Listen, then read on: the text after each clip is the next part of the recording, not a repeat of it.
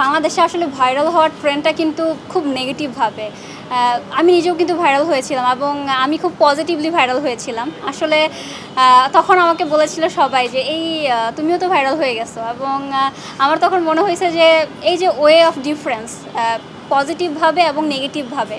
So আমার মনে হয় যে এটা আসলে আমি যেটাই বললাম যে মিডিয়ার হাতেই আসলে মেইন পাওয়ার। আমাদের ওই জায়গাটাতেই আসলে বেশি ফোকাস দিতে হবে যেই জায়গায় আসলে দেওয়া উচিত।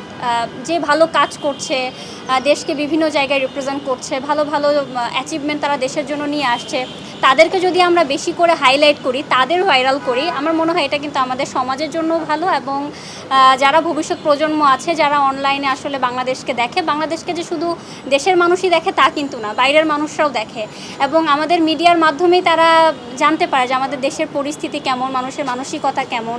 তো সেই জায়গা থেকে আমার রিকোয়েস্ট থাকবে আপনাদের কাছে যে অবশ্যই যারা ভালো কাজ করছে, সমাজের জন্য ভালো কাজ করছে, ভালো ব্যাকগ্রাউন্ড থেকে যারা বিলং করে, অবশ্যই আপনারা তাদেরকে বেশি হাইলাইট করবেন। নেগেটিভিটি বা যারা আসলে সো কল ভাইরাল হওয়ার জন্যই আসলে কাজ করে, যে এরকম ধরনের কাজ আসলে করা উচিত না। আমি আশা করব আপনারা সেই রকম জিনিস থেকে দূরে থাকবেন এবং মিডিয়ার হাতেই যেহেতু পাওয়ার, আপনাদের হাতেই আসলে দেশকে সুন্দরভাবে এগিয়ে নিয়ে যাওয়ার জন্য অনুরোধ রইল।